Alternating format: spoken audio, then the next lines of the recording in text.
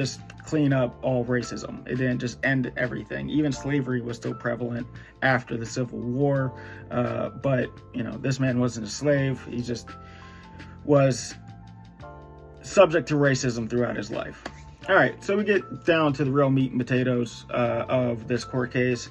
After graduating, Ossian Sweet, Mr. Sweet, moved to Detroit, Michigan, and where he was initially living is an area that was very cluttered and it wasn't maintained properly. It is known as like the black portion of Detroit, Michigan. It is where the African American community was segregated and they were living amongst each other, and the neighborhoods were very, very poor and not maintained well.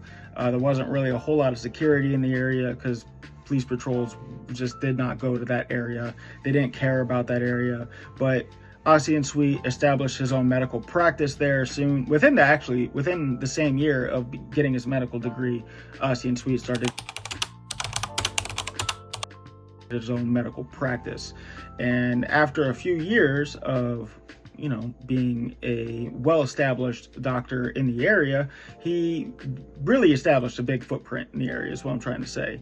And he was looking to move into a better neighborhood to really start his family that he's established. He met a woman, they've gotten married, and he wants to build a better future for himself and his family. Getting out of what is known as a black neighborhood in the area into a white neighborhood, it wasn't unheard of.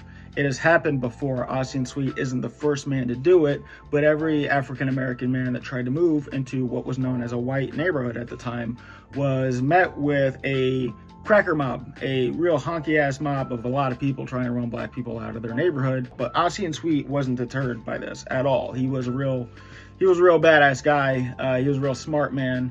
And in 1925, Ossian Sweet had met with a family that was willing to sell him their house to Ossian Sweet. And are you ready to get a little mad about where we are at financially in modern times? The house that was sold to Mr. Sweet was sold for $18,500, and what was considered a large down payment at the time, Ossian Sweet put a down payment down of $3,500.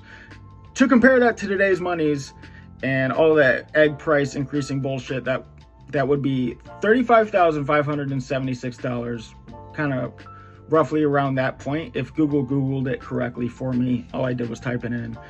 But he bought a pretty nice house for, rounded up, $36,000 in today's